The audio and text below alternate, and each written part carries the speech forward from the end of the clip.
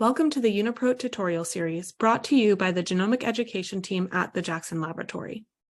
This short video provides an introduction to UniProt and demonstrates navigation through the home page.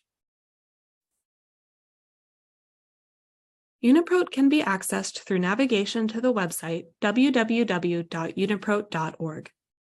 UniProt stands for the Universal Protein Resource. It is a collaboration between the European Bioinformatics Institute, the SIB Swiss Institute of Bioinformatics, and the Protein Information Resource. This resource is open access, meaning the data is publicly available. UniProt contains information on protein sequences and functions that can be used by scientists or anyone who wants to explore and learn more. On the landing page of UniProt, there is a search bar in the center of the page, which enables you to search the UniProt databases for a protein of interest.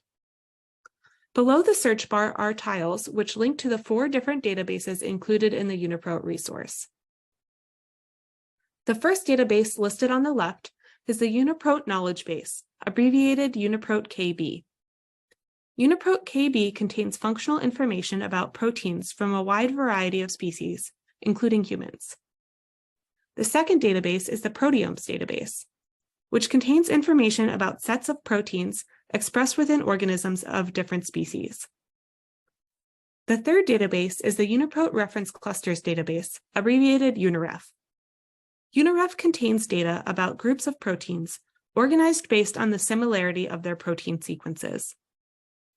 The fourth database is the UniProt Archive, abbreviated UniParc. UniParc contains most of the publicly available protein sequence data collected from researchers all over the world.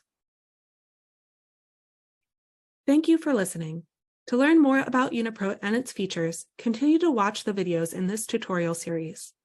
For other resources from JAX Genomic Education, find us on our website.